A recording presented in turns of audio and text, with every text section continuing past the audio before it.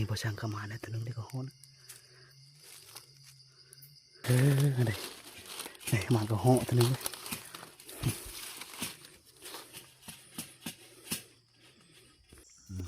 คนซีมือกินตะเก้าใช่ไหมเลิกแซ่บนะผมไม่เคยกินแน่เลย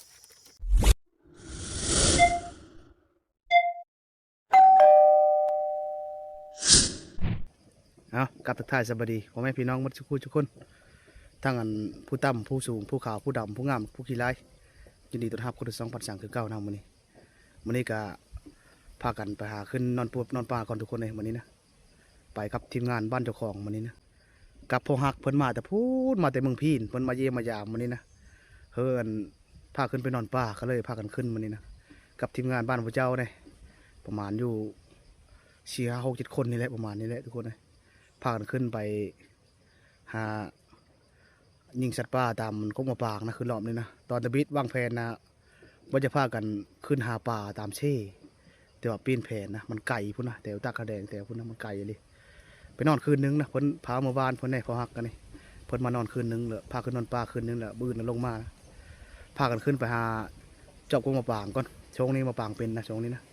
ก็เหาะกินแล้วก็ตอนแรกๆนะบ้างพากันหันยิงบ้างหันยิงก็เหาะตอนแรกนะอันนี้ถือรถจักรไปนี่นะทีมงานเพิ่นขี่รถไถเพิ่นออกก่อนเลย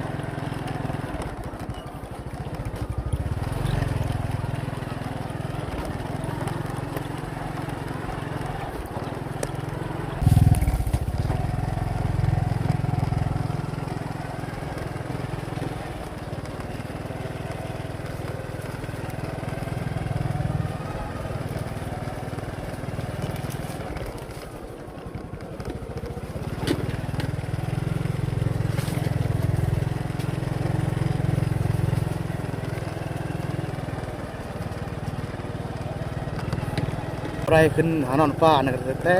เพิ่งมีเวลาตอนนั้นนะมีแต่งานในนี่แน่เป็น2-3 เดือนแล้วประจักษ์ก็ได้ไปขึ้นนอนป่าเนี่ยมาทำงาน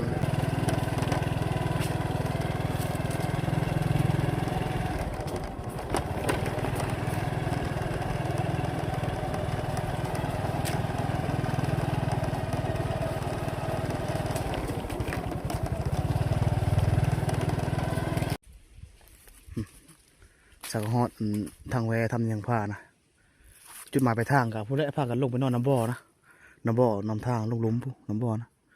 แต่ว่าทีมงานเพิ่นยังทำมาพากันแวเอาเอาของอยู่เถียงบ่อเพชรแต่เบิ่งนะท่าเพิ่นอยู่นี่ทีมงานกันเลยอากาศร้อนมันนี้ก็ได้แล่นก็เริ่มลงนะอยู่พี่นี่เดี๋ยวนี้นะ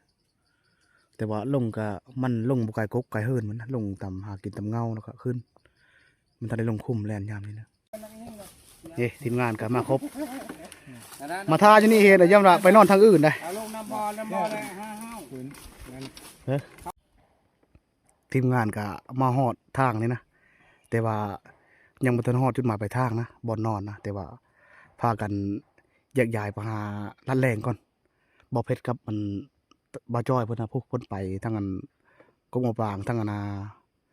ทางลำบ่อทางยังผ้าพวกอันนี้จะไปทางนี้นี่นะไปเจาะบังกงมะปางอยู่ดังปลาไหลก่อนโซนเขาบ่อเพชรกับมันพอเพิ่นมาแต่เมืองพีนก็ไปหา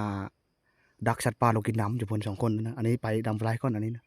แยกทางเดี๋ยวมื้อแรงเพิ่นยังมาเต้าโฮมกันอยู่น้ำบ่ออันทำยังผ้านะไปก่อนแยกย้ายกันไปหานัดแรงแต่ละคนกันนี่จักมานี่มาเนี่ยมาหลายคนรอบนี้นะ2 คนนะอยู่บ้านแต่ว่าบ่ได้ถืออาวุธมาจุเพิ่นนะพากันมา7 คนทั้งบ่สั่งนะมานำกันนะ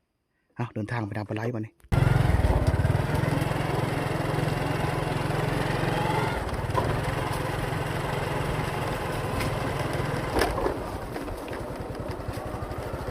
ไปเจาะบังกงมะปางอยู่ดำปลาไหลก่อนไปปีแล้วนี่ก็ต้องเป็นซุกแดงสลานอยู่ก็เหาะบ้างขึ้นเลยคือว่าปีแล้วนี่นะ ปีนี้ไปเจาะมือก่อนปีนี้ป้าตัวเบิ่งขนาดมาไข่จันนะจิ๋วเซ่อยู่แถวนี้ถูกใส่ลิงเนี่ยลิงเนี่ยมาซาเล่านี่นะป้าเนาะมาไข่จันนี่นะเบิ่งสิฉลานดูตกมันอยู่ในนี้นะกูฉลานอยู่ตรงนี้นะหวาน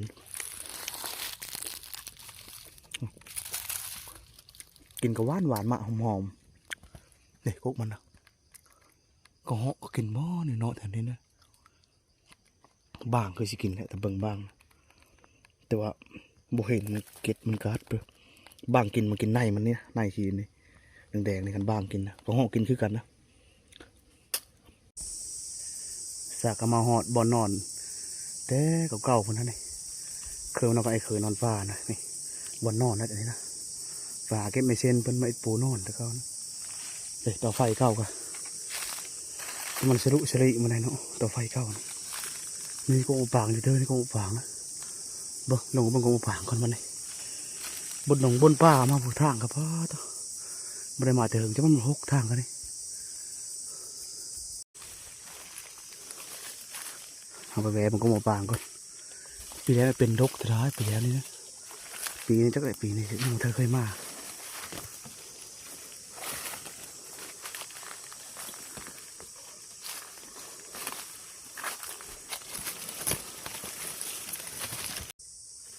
นี่ขโมยปางนะ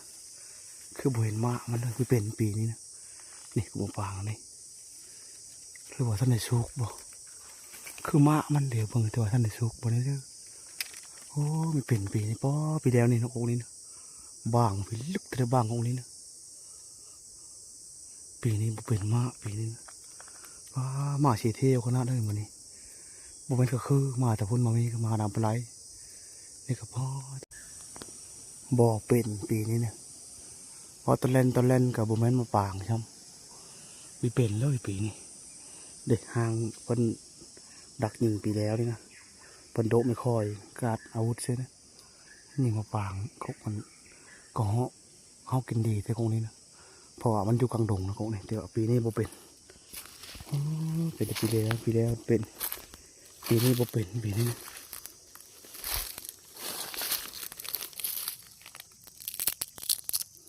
หม้อนี่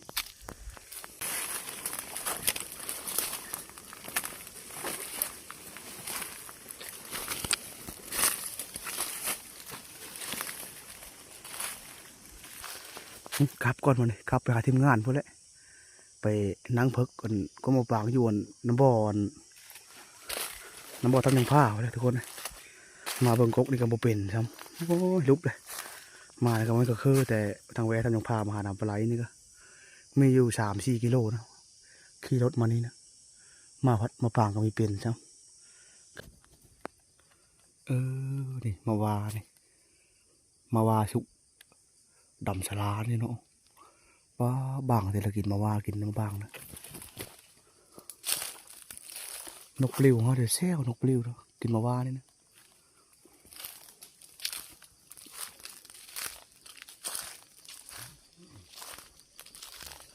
บางแต่ละกินมาวานี่กำลังสุกนะว่าป่านะ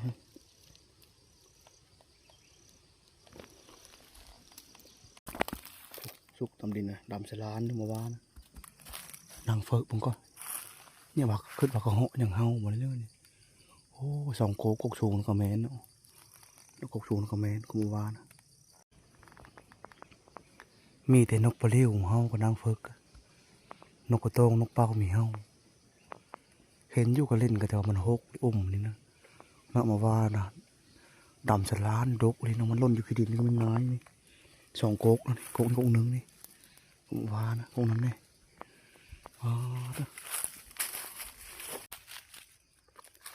ตกเลยนกปลาเลี้ยวยิงกันนี่นะตกสลัดเสร็จลงมาแล้ว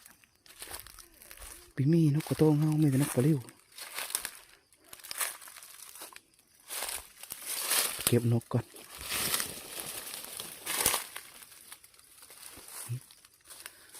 ตกลงนี่ข้างในนกก็ค้างอยู่ถึงคือมันเขาตกสลัดลงมานี่คือเด็กนกปลาเลี้ยวนะ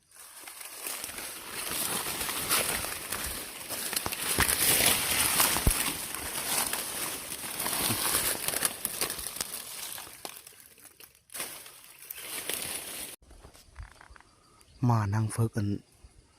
คุกมาวาเนี่ยก็สมอยบ่มีแนวเฮาเลยมีแต่นกปลิวนกปลิวก็มีเฮาตอนแรกนะตามเบิ่งกินอิ่มเลยนกปลิวกันนี่ใส่เพิ่นก็ได้ตัวหนึงกันนี่นะนกปลิวนะนกกระโตงนกเป้าแห่งไก่มีเฮาเลยปลาจอกก็มาปางก็มีเป็นปีนี้นะฮะโอ้ยพอแล้วมันกลับคืนว่ามันนี่กลับไปหาทีมงานอยู่บนน้ำบ่อเทียงผ้าพอแล้วมันนี่นะกลับไปนั่งเพิกกันก็มาปางน้ำกันนั่นแหละ3-4 คนก็อยู่คนละแจนะนี่มาเจาะบังกปางตรงนี้นะดกเลยเป็นตรงนี้นะดกฉลาดมาปางแล้วนะกำลังสุกนะเนาะมาเอานะแดงๆนี่แม่นมาปางนะแต่ว่ามันอยู่แคมทางตอนนี้นะเพิกกับพ่อได้ยิ่งไปเลยเนาะเพิกในนั้นก็มีรถคนมาตื้อตลาดอะไรพวกมาปางนะบ้างแท้กินแมลงนะบางทีแมลงมันยิงกุ๊กนี่แมลงมันก็ล้นนะแต่ว่ามันอยู่แคมทางนี่บางเลยกินอะไรแบบนี้นะมันคืนนี้มันกินนี่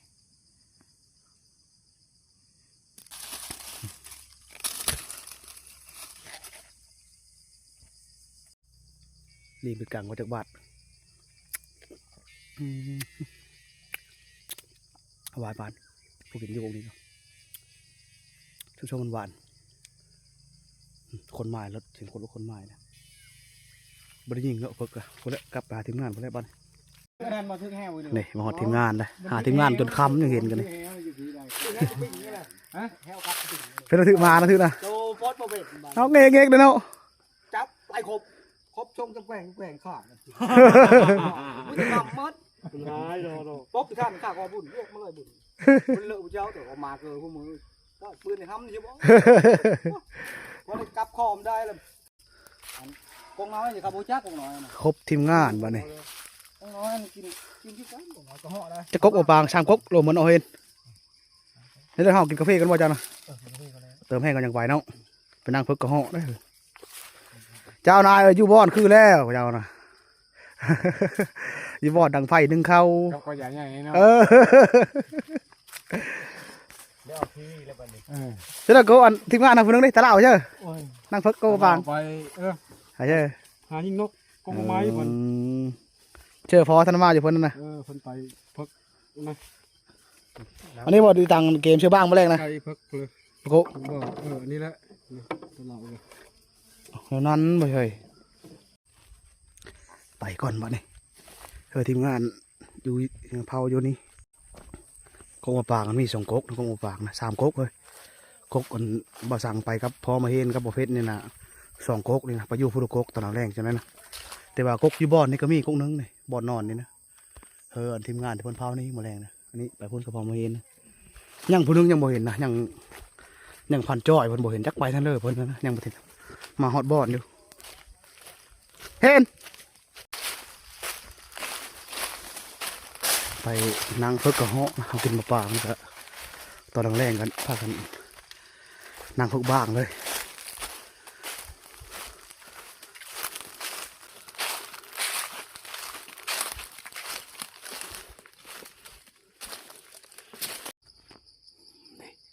ตอนนี้ก็สักกระมอดกับมะปรางนะกระเหาะเฮาตัวนึงนะหมอเห็นยิงตกบูลงหันกระเหาะแล่นไปเลยถึงมีคักกระเหาะโอ้นั่งเพิกกระเหาะก่อนเลยทุกคนแต่ว่ามันมี2 ก๊กบอลนี่นะพอไปเห็นเพียบเพิกก๊กนะส่วนประชังมันอยู่ก๊กนี่มากันนี้เลยยิงวันหนึ่งกระเหาะนะพอเห็นยิงทำช่วยมันลงมานี่นะแต่ว่าถึงมีคักตกบูแล่นไปเลย2 ตัวเลยมาทางกันยิงหันตัวนึงกระเหาะบริพอโตยิงอยู่2 ตัวแล้วนะเอานั่งเพิกก่อนมานี่เรียบร้อยกระเหาะตัวนึงได้ทุกคนนะผ่านเห็นผลยิงอยู่มันนะตัวที่2ตัวนี้ยังได้กระเหาะมาหนำทางพวกปางน้อยมันยิงบ้านนี้แต่ว่าบ่ได้ถึงมีคักตกแล่นไปเลยตัวนี้ก็ได้ช้ำเอาเห็นนึกเนาะสิละกกตัวนึงอยู่เสื้อกกตัวนึงคุณบ่คือเดี๋ยวนี้จะเนาะหมานตัวนึงแรกกระเหาะเจ้าเห็นมาเลยนี่บ่อะไรนี่หมานกระเหาะตัวนึง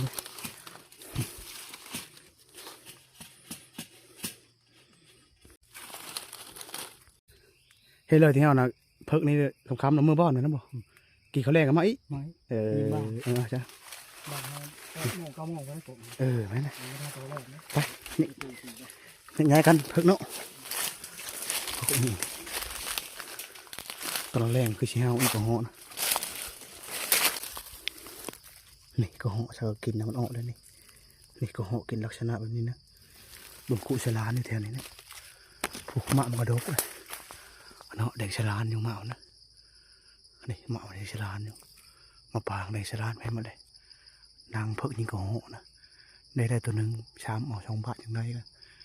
แต่ว่าง่ายกูนี่มันเป็นกูนี่นะเอาชิไปนั่งอยู่พุ่นนะระยะประมาณ10 เมตรนี่แหละมาปางเด็กฉลานอยู่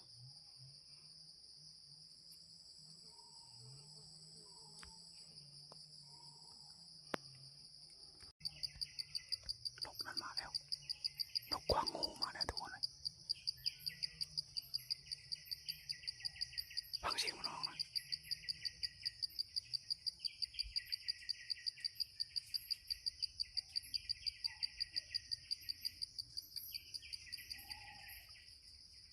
เสียงมันร้องฟังเสียงมันร้อง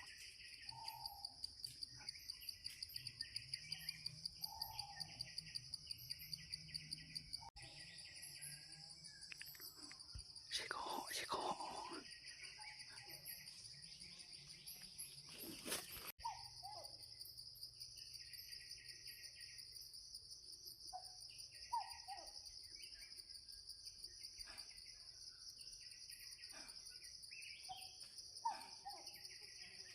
นกกวางงูมาแล้วทุกคนนะ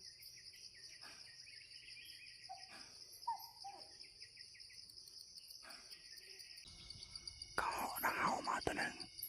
แต่ว่ามันเห็นเห่านะมันออกเลยมันออกไปกกเฉพาะประเภทมันอยู่นะในกกนั้นเนาะมันบ่ได้ไกลเดียวกกก็เคยกันอยู่เลยเนาะประเภทยิง2 บาทเลยกกนั้นนะคือได้สิได้2 ตัวอะไรพันนี้นะ2 บาทแล้วมันยิงนะอันนี้มันจะเข้ามาตัวหนึ่งแต่ว่ามันออกมาในน้ำพันนี้นะ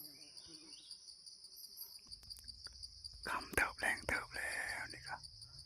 อันผ่านเห็นบนยิงอย่างไรอยู่บนนะเป็นบาทที่4นะบนยิงนะ4 บาทบนยิงนะแต่ว่ากกนี้มันเมาเลยกกนี้นะสมอยเลยเมื่อยนั่งเมื่อยตาเลยแต่ว่ากกผ่านเห็นมันอยู่นะมันเอาดีก็เหาะนะตอนนี้ก็เหาะเอามาได้ตัวหนึ่งนะอยู่ทางหัวแต่พอเห็นมันนะมันออกบอดแต่นี่นะมันเอามาได้ตัวหนึ่งก็เหาะนะมันมากินมาปางอยู่ทางหัวเนาะ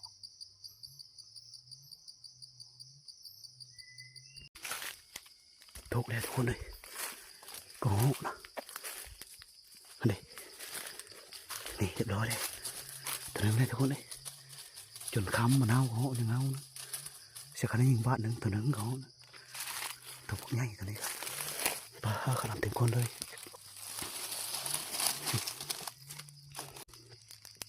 จนไตไฟมาขนาดเต็มคนความใหญ่ของมันนะนี่พอช่างเข้ามาแล้วตัวนึงเลยก็เหาะนะ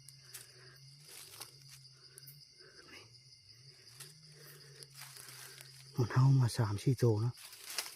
ตัวนี้ไม่ใช่ตัวนี้นะนี่ได้ตัวหนึงเลย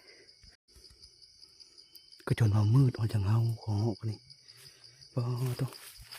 อันกกพอว่าเห็นเพิ่นเสือเพิ่นยิง4 บาทเลยอันนี้สัก3 บาทหนึ่งนะนี่ตัวหนึงก็หอกกันนี่บักใหญ่ทุกคนเลยหนังแต่ละยาบชำนี้นะตอนนี้ก็คำมือตื่นตาแล้วนะทุกคนก็เหาะก็คือสิระบบเฮาแล้วตามเบิ่งนะเพราะถ้าพอมาเห็นก็ทันได้มาอยู่คนเพื่อกุ๊กนะก็เฮาตัวหนึ่งนะกุ๊กนี่นะโอ้มีเฮาหลายกุ๊กก็เฮากันเฮาแต่ตัวเดียวกุ๊กนี่นะมาปางเลยความมันดกเนาะจักหน่อยก็ได้พากันมือเลยได้ผ่านกลับบอนก่อนกลับมาไปหาทีมงานก่อนพาเดียวกันเฮ็ดอยู่ให้กินแรงแล้วก็พากันมันยิงบ้างตอนแรงกันน้อยนะบ้างคือสิเฮาดีบ้างนะนอนคืนนึงบืนก็พากันมือบืนเช้านี่สีมรัดก็เหาะแต่ดึกกกปากของนี้นะคือสิเฮาดีตอนเช้าคนก็เหาะนะเห็น ปะคำเลยมันมีห้าวเลยคำนะพอผ่านเฮนเพิ่นมือก่อนกับบอลกับคำเลยเนาะจนใต้ไฟเห็นแฟลชโทรศัพท์มันมืดตื่นตาให้กันเลยนะพากันมือหายอยู่กินอยู่บอนก่อนนี่ผ่านเฮนเพิ่นมาเลยเด็กโตเฮนเด็กโตเต๋วว้าแล้วเฮ้ยคือ3-4 บาทพุ่งบ่ได้แต่เราตัวนึงคือข้าวมุกข้างในจ้ะตัวนึงคือว่าทับสมัยปุกฮะเป็นช่องโตบ่ ยิ่งก็เล่น อ้าวก็ บัดกลางอะไรยิ่งก็ตั้งปุ๊บลงไปแล้วลงขึ้นดินเลย อ้าว จัง ก็มันมีเห่ากกนี้เน่ะ จำจริง ยิงบัดนึงได้ตัวนึงข่อยเนาะทำเต็มก้น ๆเป็นก้น ตัวนี้เป็น3 โตบ่ก็เหาะ3 โตก็เหาะเนาะปะผ่านเห็นเพิ่นได้2อันนี้ได้ตัวนึงพากันกลับก่อนมาเนี่ยกลับเมื่อทีมงานอยู่บ่อนก่อนโอ้ยจนค่ำจนมืดพากันไต่โคมออกมาคือก็เหาะถือเชิงคนนี้เห็นกระเจ๊กบ่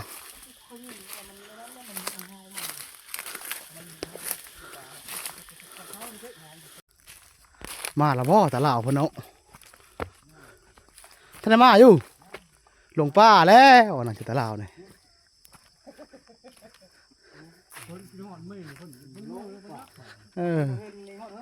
เออพี่เราเฮเลยทีมงานคนนึงเลยนี่เลยเอ็ดเพิ่มปังกันนี่นะบังล้าบ่ โอ้ยเป็นยิงปืนแตก ฮะกู กักปืนเป็นจัง ได้เพื่อนตะพานใหญ่ฮะกู บาทนึง ตัดแถวพวด จะพูดพวด บอกป้าว่า บริจักโต เชื่อปืน ห้องกับนึงมัน บ่ได้จักโต น้องมันเป็นชุด ไปรับคอยคนหมานมันต้องได้คอยนะ ยอมรับคนแล้ว ก็เหาะ บาง นะ แล้วเข้าได้บางเลยค่ะ ประเทศได้สองโตได้เห็นมันได้ มันเลย อืม ก็แดงมัด ได้ตัวนึงนี่ยิงว่าหนึ่งนี่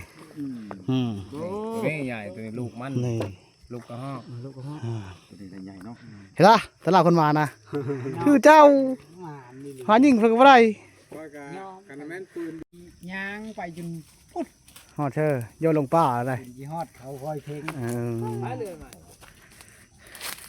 เฮ้ยเรากินก้อยบ่เฮ้ยก้อยบ่พอ ก้อยครับก้อย ก้อยเนาะ แม่นี่งัวก้อยก็แซ่บ มีหรือว่ามะนาวก็เอามาบ่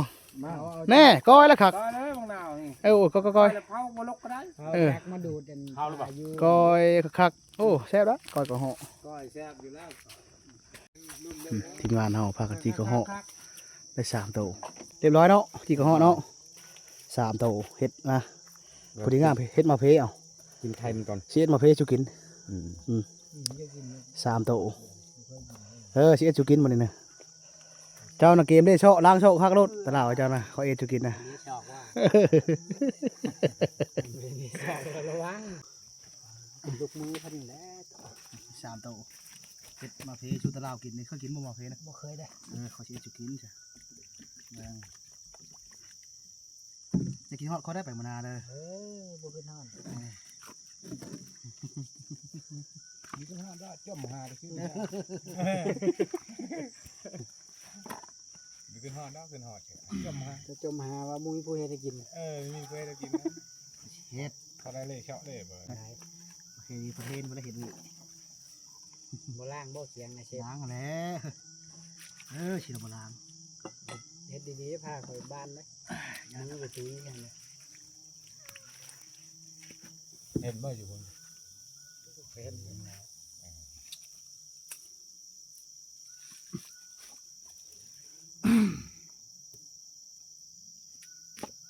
ผู้เฮาเนาะพานี่เนาะคักได้ ทำนั้นข่อยจีนหมดแล้วตีน เห็นไหมนี่ ล้างน้ำผมเติบแล้วว่าตัวปวดน้ำเพิ่น เห็นใช่ไหม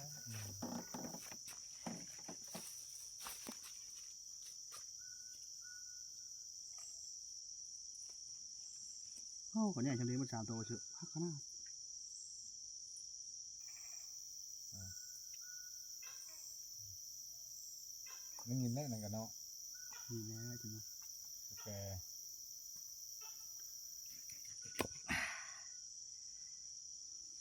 มาไหมตะลามช่วยได้ไหมเอาที่ชิ้นมาได้เอากระดูกนะ เจ้าขา ใบเอาที่ชิ้นเอ็ดช่วยกันเลย ซื้อผ้าคอย พาไปยิงบ้างนะเฉยหน่อยหน่อยอุ้ยเนาะบ้างเขาแล้วช่วงนี้บ้างนะ เอาเลยไปได้จีหน่อย ไปได้เฉยหน่ ไป อย เด้อ คอยก็จะจับมันเลย โอ้พาเจ้าบ่อยนะ รับผ้าคน เกิด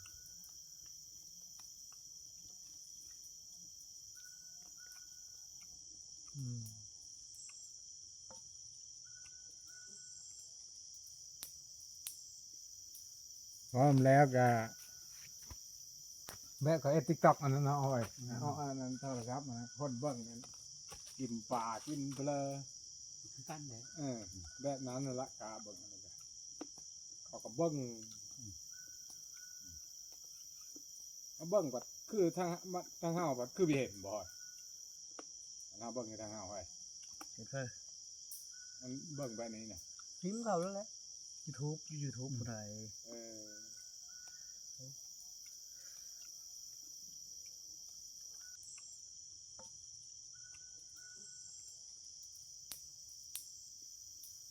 พร้อมแล้วก็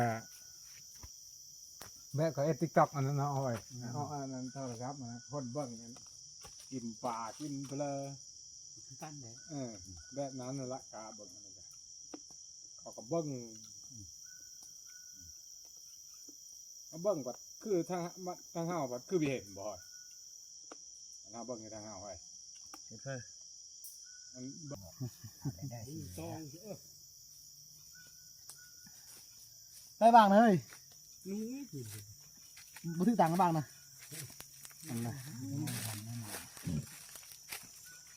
แม่นเขาเอ็ดเวคืนนี้หมดแล้วนะ จะเลย มันก็ผ่าไปถึง แค่นั้นหยุดไกลเพิ่นก็ยันเฮาแล้วผม อันนี้ขึ้นนี่รถเขานอนอยู่ห้างเขาว่า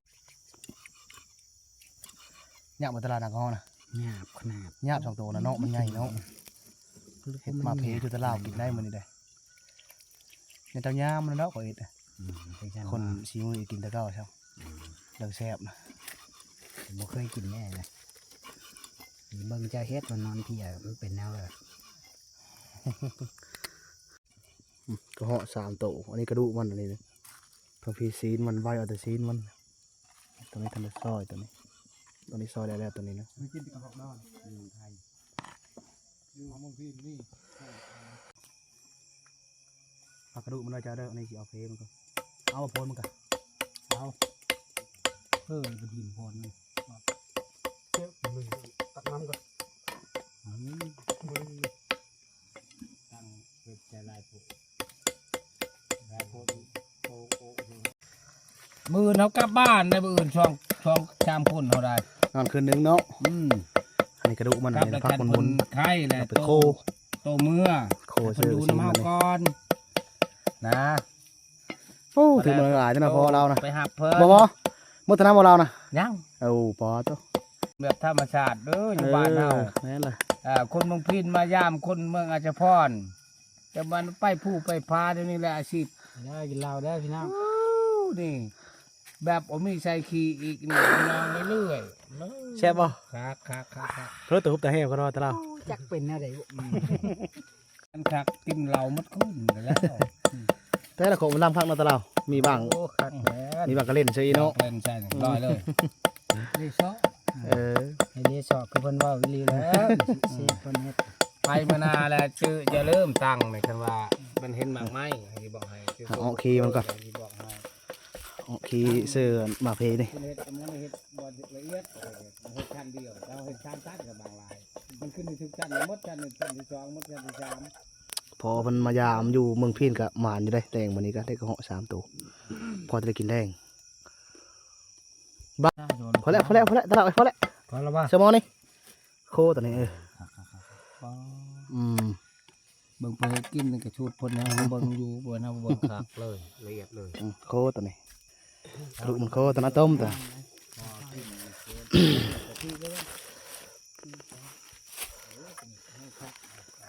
มันบ่ได้ชอบ สุกกระดูกมันกันนี่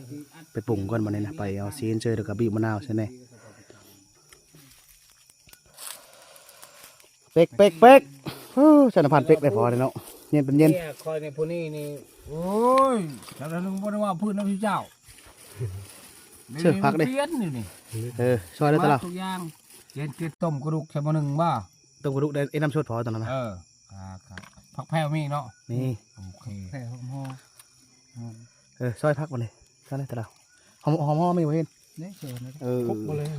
ยังหมูเฮาบ่ได้มาเพิ่งคนตะวายมันฆ่า บางทีเรือห่าง เอาที่ มั แล้ น ว ฆ่าคนตายอยู่บ้านบ่ให้สิมาเอาเมียอยู่บ้านอย่างนี้มันเอาเมียกระทุกเฮาแบบนี้ได้ชอยมันก็ตายน้องเองเนี่ย มาเถอะนะปะเลยเชียวโอ้มาไปไกลไกลเฮ้ยตายเลยมาไปไกลๆนึง มากายเฮิร์นก็ยังมีแพ้มึงอยู่ เฮ็ดเร็วเฮ็ด ยังว่าใครหมูเยอะ แม่ว่าบ่ไปกับย่าป่านะพูดนะเฮานอนไปเจ้าคืนไอ้ครับเมื่อบ้านปล่อยเปาะที่ว่าจะโอ้ยบ่ได้ต้องไปแล้วบ่ได้แค่บอกว่าบ่นี้ว่า โม่มาเห็นเขาให้ที่โดนเขาให้เอาเงินเท่าสิ เอาไปได้เอามาอื่นนี่เจ้าแลนเมื่อก่อนจะคอย โอ้ อยู่ อัน ล้า นั้น ง น่ะเงินนั้นได้เงินขายนกแก้วได้ เพชรมือได้ให้เพิ่นแลนเมื่อก่อนอยู่เฮือน นกแก้วบัตรเอาอยู่ เอาเพชรผงใช่ป่ะเอาไปกำลัง ผู้ละแก้ว นกแก้ว ขายน นี่ ก น แก้ ก ว แก้วทีนี้เนาะ ขายเพื่อเขาปันผู้ละแชนพบเมย์มันเท่าเมย์ไม่ทางตัวไม่ได้อยู่เฮ้ย เขาไม่ได้ว่ายังดอกให้ดีว่าให้เงิน นกแก้ว ต้องมีเนาะ แต่เล่าคิดแล้วแหละเห็นเอาเห็นอันปากแตกแล้วนึงโอ้ยสงสารนี่กันว่าคนงานเขาสงสารนะมันเป็นคนนี่เขาสงสาร วันนี้ดิชัยรู้จักดิชัยมันเจอบุญยิน ก็แม่เนี่ยเล่าชีวันเนี่ยกระยาจากมันยิ่งแหละเขาสงสารมันเก่งกัน เขาไม่มีเว้ย มีอะไรกับมัน มาเชื่อไหมดีที่บอกเขาไม่นะ ชมพูบุชมพูตีบุตีช้ำน้ แต่น่าสงสาร นี่ก็โบแล้ว ต้นนะ เชื่อนะ บ่อะไรเขาหน้าฮอดขว กูให้เขาหัวกูไปชักเขาเบอร์เรนกูมาแล้วดีโอ้เขาเองสงสารเขาเบิ่งดีแล้ว ำจังหวะเขาเฮ็ดเขาก้อนมันแค่ แต่ได้เห็นซิมนุ๊กลองนู้นน่ะจานเราเค็ม เขามุตีเขาเจอบลอดได้เลย ไปเลย ว้าวได้เลย จางเค็ม ตบบุญมาเชื่อ ต้มน้ำต้มนั้นไม่ให้ได้ต้มได้ ต้มละ เมียตีพี่ลังไงตีเลยนะ พี่ได้เห็น ใช่เลยเหรอ อ้าวพี่เบิ้ง ยันกูมักจางมักแล้ว กินได้หมดอ้าว จางเชลรถจางเชลรถ ไอ้รถพาไปกระต่างเคยไป เอาหม้อมาหน่อยนึงน้อง คน บ่เคย ตักเอาไว้แล้วก็ได้ไปต้มตัวนี้ ยัง ต้มกระดูกน้ำสด ผู้สังแห่ กูช่างแง่แล้วแหละ ผู้สังแห่ มันแหละ บ่เคยไปตั้งแต่เกิดเป็นคนได้มาผู้สังแห่ ต้มกระดูกมัน ไม่เคยไปเลย คนละทางล่ะ ขนาดมาวันนี้ก็พอจะพูดเลยมาฮอดได้ไหมอะไรเงี้ยไปเลยมาฮอดโอ้คือไปไวเลยแต่มันไปนี่รอนะมีอากาศแข่งกันเด้อมีมันนึงที่มีรางวัลให้กับให้จักเมื่อเฮือนไปเอาเมื่อเด้อไปปลูกในห้านจองจบเจ้ายังไปเห็นเราในเฮือนก่อนครับ ต้มก่อนมันต้มกระดูกมันเห็ดน้ำสดตรงนี้ทางตับมันเนี่ยใส่มันนำนะตอนนี้นะ ช่องได้อัดพ่อแล้วกินเอาไปแล้วจานนี้ ผลแล้ว พอมันก็ประมาณพอมันพอมัน ยังทาต้มนะกอยมาเพแล้วแล้วก็เหาะกันนี่ทาต้มกระดูกสดน้ำมันสุกกี่พากันกินแล้วจะเข้าเลยเข้าง่ายไม่ได้กินเลยมื้อนี้เข้าง่ายนะพากันโป้งหามาไม้นะมาหากุ้งมาป่างนะจังตอนแรกจึงเห็นพานเห็นมันเห็นสองก๊กเลยไปนั่งดักกายได้ยิงก็เหาะ4 บาทได้3 โตผิดบาทหนึ่ง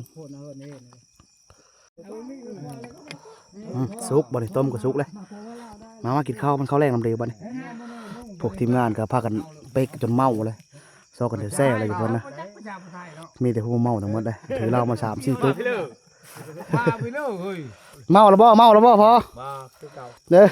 สุกก็ได้ดิได้ มาจัดข้าวห้องลงมา สุกแล้ว วางได้กินลงได้ ปลาโน่ใช่ไหมน้ำคักเลยพอ โน่ขนาดเป้า พอบ่เมาดอ เล่ามาหน่อยพอชุดมาหน่อย คอยเอาบ่แม่นเฮาไปจับผู้ชายผู้ไทย ขอหักคนนี้มาแต่เบิ่งพี่นี่นะ เจ้านี่ เมามาเลย กับพลอยเป็นบ่ อยู่เลยบ่ได้ อยู่เลยบ่จะมาให้ได้ป่าเลย เป็นไรพอครับบ่ เยี่ยม แน่โน่เนาะ ให้จ้างจังน้อย จางเสยเก้อ เขาเห็นข่อยแซ่ม่วนนะแต่ผู้เจ้ากินบ่ได้ข่อยกิน เจ้าเคยเห็นบ่มันเอาก็เลยว่าเงียบกูนั่นมีได้ว่า เด้ให้มาเย็นว่าพื้นลูกมอนั่นมันเฮาทวงเฮาต้นมันน่ะถามมันดูว่า ใจ เป็นอะไร โลเก้า ถามดูคนจะคนบ้านได้ลงไปปลูกยามันน่ะ ถามไม่เนาะแลนี่ไปเลยมาเพิ่น ถ้ามาคนบ้านมันเป็นได้ นุ่นปะว่าบ้านนุ่นปะว่า น้องท่านนี่ย่านพอแต่คอยว่าเจ้านี่ไปบ่กุ้มแล้ว ตายเพิ่มมา เอาเลยเอามึงนี่เราบอกพอ เอามึงนี่เลย เอามึงนี่เราบอก ค่าเคียงเลย โอเคแล้วเนาะ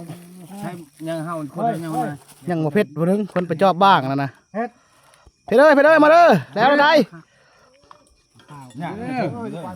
ตัวนี้แหละเฮามักมักธรรมชาติ มากินข้าวแรงกับเดียวบัดนี้นี่ก้อยกับเหาะนะมาเพกับเหาะนะนี่ แล้วเชื่อใจสักข้อนั่นนี่ผักเด้อผัก ครบสุดเลยมื้อนี้นะนี่เลย บักซีตีนจะได้ โชคเข้ามานะจำตะกี้ทางจะป่าจะดกบ่กินน้ำ แต่มาเนาะแรงว่ามากก็คือเก่านี่ กัดเลยพอบากเลย บ่กัดยังไงบ่กัดแล้วก็ใส่ มากินข้าวแรงมื้อนี้ แต่ว่ามาแล้วก็มีแต่ทุบบ่ลายเฮาเฮือนแล้วบ่มีหยังเผาแล้วก็ต้มมันก็โตเลยเอาเรามาฮะ เงินเป๊กมาจากบัตรนะ ลูกเดียวกัน ไปเฮาคอยลงเมียเจ้า ลูกเดียวกันน่ะ คอยกลับมาลำช่องคอยจืดๆเห็นอยู่คนเดียวมันก็บ่จืดคอยอยู่รถจักรกายนะ นี่เข้ามา ใครเนาะวะ เขาบอกน้ำต้องคือเลย เข้ามา นั่งไก่อยู่นี่เอาแม่นพวกนี้พวกขาต้องเรืองเขาว่าหันไก่คน ป้าหนึ่งก็บอก เอา คือบ่มาช่องป้าน เอาเดี๋ยวนี้เนาะ นี่แหละธรรมชาติบ้าน ได้เฮ้ย ว่านี่น้ำต้นแซ่บ โอ้นัวขนาดนั้นสดแต่หน้าเขาไป เสียดายเพิ่นยังบ่ทันได้ลงมาจากกรงใหม่ ครับไม่ได้กินแล้วเมาจะเมื่อบ่ได้แล้วก็พ่อคนอยู่เฮือนนั่นนั่นแหละอีพอปลาเหล่าบ่ได้คนคือกินเหล่าแต่อยู่เฮือนผู้เดียวบ่กินไหนอยู่เฮือนไหน นึ่งไหม เอาไปนะเอาบ่หรือพ่อ เอ้ย พ่อมาลงหรือเอาอีก เอา ลงมาเด้อบ่ได้พ่อแล้วบ่ให้นะ น้องเลยฮะ อ้าว น้องอะระลูกผู้ชายบ่ถอยมันสู้ๆนี่กิน ถ้ามันยังอันว้าวบ่ได้ยังจะไปบอนด้านนะอยากม่วนหันม่วนไปธรรมชาติ พูดนอดพูดพอ เอาแม่ ตะกระแดง ไป ปลาลาจะได้ตะกระแดงเลย กระแดง บู๊ดปรากฏประเชิญตายจะได้ ข้าวมากินบ่ได้นะจับดามันย่างเรื่อยๆ ด่านกว้างงาม พอมา ข้าวดอกพอดีนี่ แช่บ่ตะเล่าแช่บ่ค่อยแช่บ่แช่บ่แช่บ่พอแช่บ่ แป้งจำปา ครับ อ ยอดเลยสีมือแต่บ้านพอมาแต่อลาบย่อแต่รวยพุ่นว่าว่า ตะพอ เผ็ดเด้ กินพ้นเนื้อ เอา มือช่อย คันอยู่คือประชุม นะถือว่ากินข้าวกินน้ำแล้วนะทีมงานก็ยังพากันกินอยู่พากันมากันยังบ้างก่อนบัดนี้ ถ้ามึงชู ยิงบ้างก่อน สิเฮ็ดอยู่บ้านเฮา มื้อเช้าก็ตื่นแต่ดึกๆปลารัดก็เหาะกันมาปางเก่าเลยมื้อเช้านะพากันมายิงบ้างก่อนบัดนี้ก็พุ่นแหละก็มาปางมองเก่ายิงก็เหาะตอนแรกก็นี่พุ่นแหละไปกับพานเฮนแล้วก็อายแน่ๆไป3คนนะ ตัวนี้ไป กุ๊กนั่น ไป